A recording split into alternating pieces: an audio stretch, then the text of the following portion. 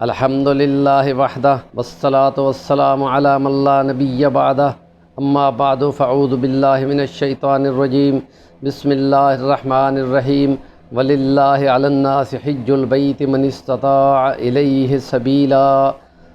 صدق اللہ العظیم رب اشرح لی صدری ویسر لی امری واحلل عقدۃ من لسانی یفقہوا قولی۔ اور یہ اللہ کا حق ہے کہ اس کے گھر کا زیارت کا ارادہ کیا جائے اور اس کی طرف جاتے ہوئے استطاع الیہ سبیلا۔ اس کی تشریح میں ہے کہ اگر اس کے پاس گھر کے اخراجات رکھنے کے بعد بھی مال ہو تو پھر وہ زیارت ساری زندگی میں ایک بار وہ اللہ کے گھر کا زیارت کرنے کے لیے ارادہ کرے۔ اور حدیث میں کل پڑھ چکا ہوں کہ جس میں نبی پاک نے فرمایا کہ جس کو پاس صحت بھی ہو، جس کے پاس فراغت بھی ہو، جس کے پاس مال بھی ہو اور وہ عقل اور ذہن شعور بھی ہو اور پھر بھی وہ سستی کرے اور زندگی کا کوئی پتہ نہیں ہے،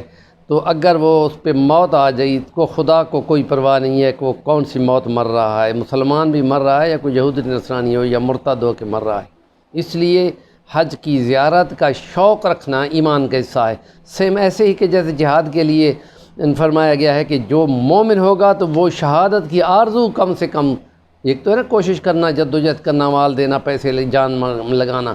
تو اس میں کم سے کم آرزو ضرور ہونی چاہیے کہ میں بھی اللہ کے لیے جہاد کے لیے جاتا۔ یہ آرزو جس کی ہے وہ مومن ہے، جس کی آرزو نہیں ہے وہ تو پکا منافق ہے۔ سیم ایسے ہی کہ جیسے حج کے لیے جانے کی ارادہ اور شوق ہو، تو نبی پاک نے ایک اور حدیث میں فرما دیا تھا کہ جس کو بار بار حج اور زیارت کے لیے جاؤ گے تو اللہ پاک تمہارے رزق کو بڑھاتا رہے گا۔ اور ایک اور حدیث کا مفہوم جو ہے کہ جو رمضان مبارک میں میرے ساتھ عمرہ کرتا ہے تو گوئے وہ میرے ساتھ حج کرتا ہے۔ اسی کی شوق میں پچھلے سال 2023 میں جو عمرے ہوئے تھے رمضان مبارک میں، وہ تقریباً مسلمانوں کی بہت بڑی اکثریت، تقریباً 2 کروڑ کے قریب مسلمان وہاں پہ شامل ہوئے تھے۔ اور نبی پاک صلی اللہ علیہ وسلم کی ایک حدیث کا مفہوم ہے کہ جس نے حج کیا اور جس میں گناہ نہ کیا اور جس میں کوئی لڑائی جھگڑا نہیں کیا تو وہ ایسے لوٹتا ہے کہ جیسے ماں کے پیٹ سے بھی پیدا ہوا ہے، اس کا کوئی گناہ بھی نہیں ہے۔ تو اس لیے نیکی کے یہ کام جس کے لیے اللہ کے گھر کی زیارت کی جاتی ہے تو اس میں گناہ کا کوئی تصور نہیں ہے۔ فلا رفثا ولا فسوقا ولا جدال فی الحج، کوئی جھگڑے کا نام بھی نہیں ہونا چاہیے، کوئی گناہ جنسیت کی کوئی بات نہیں ہونی چاہیے اور کوئی گناہ کی بات، اس لیے ہم کہتے ہیں کہ کیمرے کی فوٹو کھینچنے بھی گناہ کی بات ہے۔ تو اس لیے ہم کہتے ہیں کہ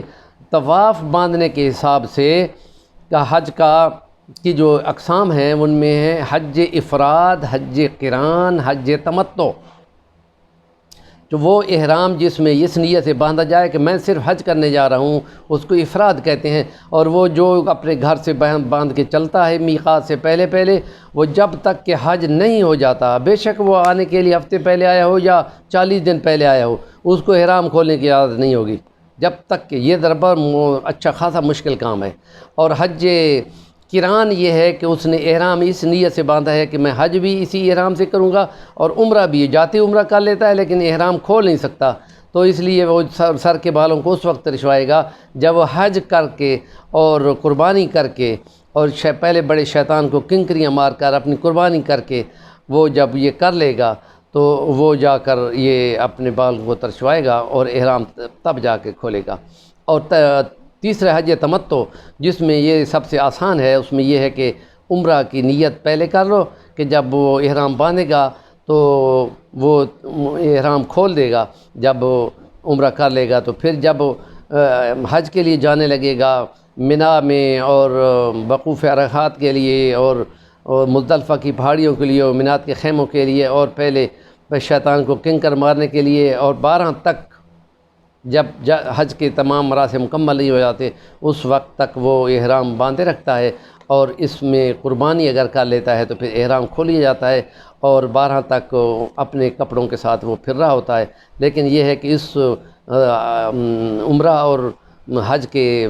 الگ الگ کرنے کے بدلے میں اس کو قربانی دینی پڑتی ہے، اور قران اور افراد والوں کے لیے قربانی کوئی نہیں ہے اس میں۔ تو اس لیے ہم کہتے ہیں کہ اللہ کے گھر کا جب وہ طواف کرتا ہے تو طواف کے لیے بھی یہ قسمیں ہے کہ جو ہی پہلی دفعہ وہاں کعبے کے اندر قدم رکھتا ہے تو اللہ کے گھر کی جو ہی اس کی نظر پڑتی ہے تو وہ کہتے ہیں، تو وہ جو طواف کرتا ہے اس کو طواف قدوم کہتے ہیں، اور اللہ کے گھر کو جو ہی دیکھو تو وہ کہتے ہیں جو تم دعا اور آرزو کرو گے وہ خدا پاک تمہاری وہ ضرور قبول فرمائے گا۔ اور دوسرا طواف ہے طواف زیارت، وہ جب حج کے مراسم مکمل کر لیتا ہے تو اس وقت وہ جب کرتا ہے تو میاں بیوی کے ازواجی تعلق بھی اس کے بعد وہ حلال ہو جاتے ہیں، اس سے پہلے نہیں ہو سکتے۔ کچھ پابندیاں ہیں، اس لیے ہم کہتے ہیں کہ حج کا یہ کمال یہ ہے کہ اس میں نماز کی پابندی بھی ہے جیسے وقتوں میں ہوتی ہے، اور اس میں روزے والی پابندی بھی ہے، اس میں کچھ پابندیاں ہیں جن میں وہ احرام باندھا ہے تو خوشبو بھی نہیں لگا سکتا، صابن بھی نہیں لگا سکتا، ٹھنڈا ہونے کے لیے پانی استعمال کر سکتا ہے نہانے کے لیے لیکن وہ خوشبو بھی نہیں لگا سکتا، اور ایسے کچھ اور پابندیاں جیسے روزے میں ہوتی ہیں میاں بیوی کے تعلق والی، وہ بھی استعمال نہیں ہو سکتی۔ تو اس حساب سے وہ، اور تیسرا طواف جو ہے وہ جب گھر آنے لگتا ہے تو آخری جو الوداعی طواف کرتا ہے تو اس کو طواف وداع کہتے ہیں۔ اور البتہ طواف زیارت کے لیے خواتین کے لیے پابندی ہوتی ہے کہ وہ اگر ان کو مینسس کے دن آ جائیں تو وہ تو کعبے میں قدم نہیں رکھ سکتی، تو جو آگے پیچھے انہوں نے جتنے طواف کیے ان میں سے کوئی اچھا سا طواف وہ اس کے طواف زیارت کے قائم مقام کر دیا جاتا ہے خدا کی طرف سے، اس لیے ان کو زیادہ پابند نہیں کیا جاتا۔ یہ خدا کی مہربانی ہے کہ اس نے مسلمان کو مشکل میں ڈالا ہے، تو کچھ اس کے لیے رعایتیں بھی بہت ساری رکھ دی ہیں۔ تو اس لیے ہم کہتے ہیں کہ حج کے فرض بھی ہیں، اس میں یہ پہلا فرض یہ ہے کہ احرام باندھا جاتا ہے، اور احرام باندھنے کے بعد وہ تلبیہ پڑھنا شروع کر دیتا ہے، لبیک اللہم لبیک لبیک لا شریک لک لبیک ان الحمد والنعمت لک والملک لا شریک لک۔ اور پھر دوسرا ہے وقوف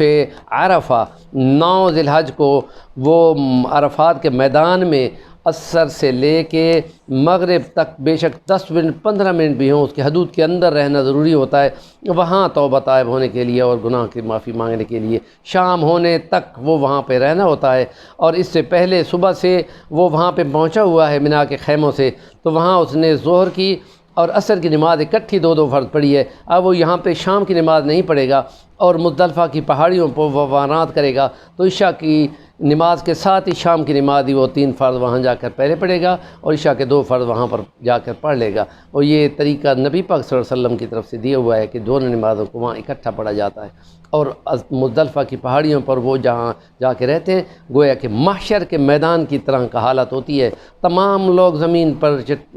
لیٹے ہوتے ہیں، اور وہ صبح کی اذانوں کے ٹائم تک وہ وہاں رہتے ہیں، اور پھر وہاں سے نکل کر شیطان بڑے شیطان کو کنکریاں مارنے کے لیے وہاں پہ پہنچتے ہیں، اور اس کے بعد وہ اپنی قربانی کرتے ہیں، اپنے بال ترشوا دیتے ہیں اور احرام کھول دیتے ہیں۔ تو اس طریقے سے یہ حج جو ہے وہ اللہ کی طرف سے مسلمانوں کے لیے ایک مرکزیت کا مقام ہے، تمام دنیا کے مسلمان ایک جگہ جمع ہوتے ہیں اور ایک ہی نعرہ مستانہ لگا کے پھر ہوتے ہیں، اور وہ جب اپنے بال ترشواتے ہیں اور ٹینڈ کراتے ہیں، اور خواتین تھوڑی سی